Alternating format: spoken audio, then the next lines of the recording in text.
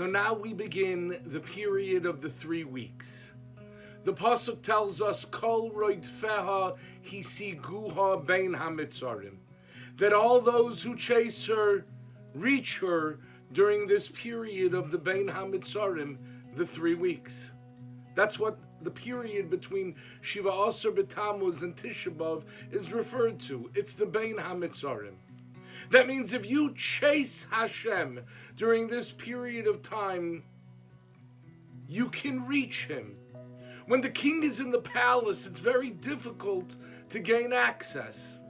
You have to go through the guards and security. You have to make an appointment.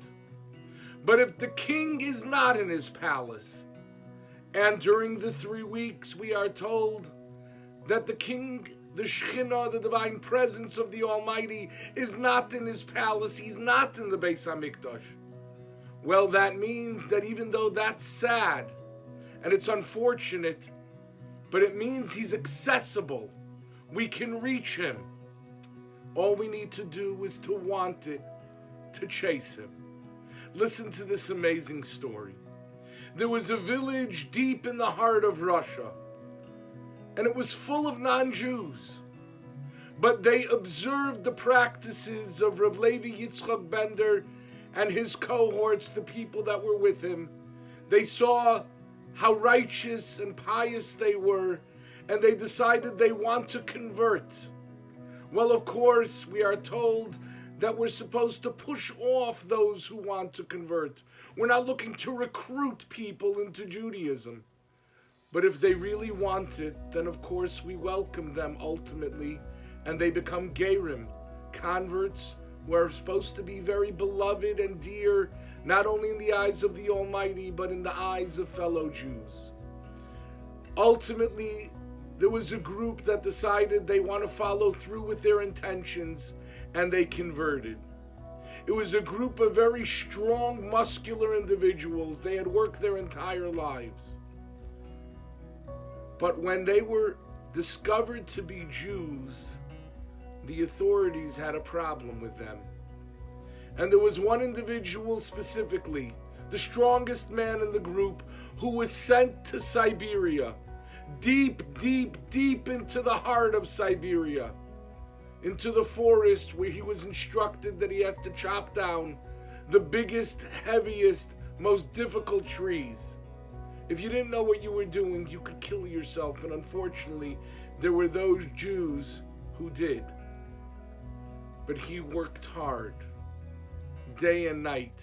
He toiled, and they beat him. It wasn't easy. Finally, one day they came over to him and they said, "Why don't we make your life easier? Why don't we give you a nice job, an office job? We're going to teach you how to write." He wasn't a learned fellow, and they wanted to make him more civilized. "We'll teach you everything, one condition. You have to write on Shabbos."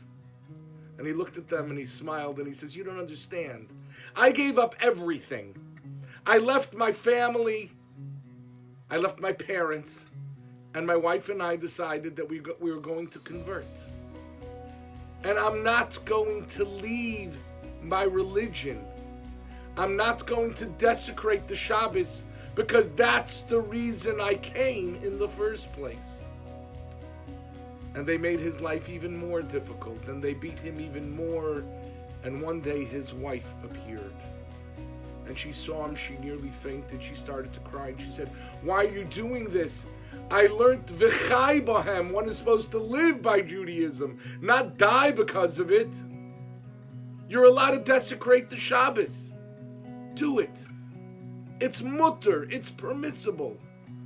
And he looked at her and he said, "My dear wife, mutter, permissible, asr, forbidden. It doesn't make a difference. I'm not leaving Hashem. I became a Jew because I loved his Shabbos. And if the need be, I will die because of the Shabbos." The officers who listened into the conversation and the guards were infuriated, and they took his life. Kol roitfeha hisiguha. If you chase it, if you want it badly enough, nothing can stop you from reaching Hashem. And may we all merit to reach the Almighty during this accessible period of time.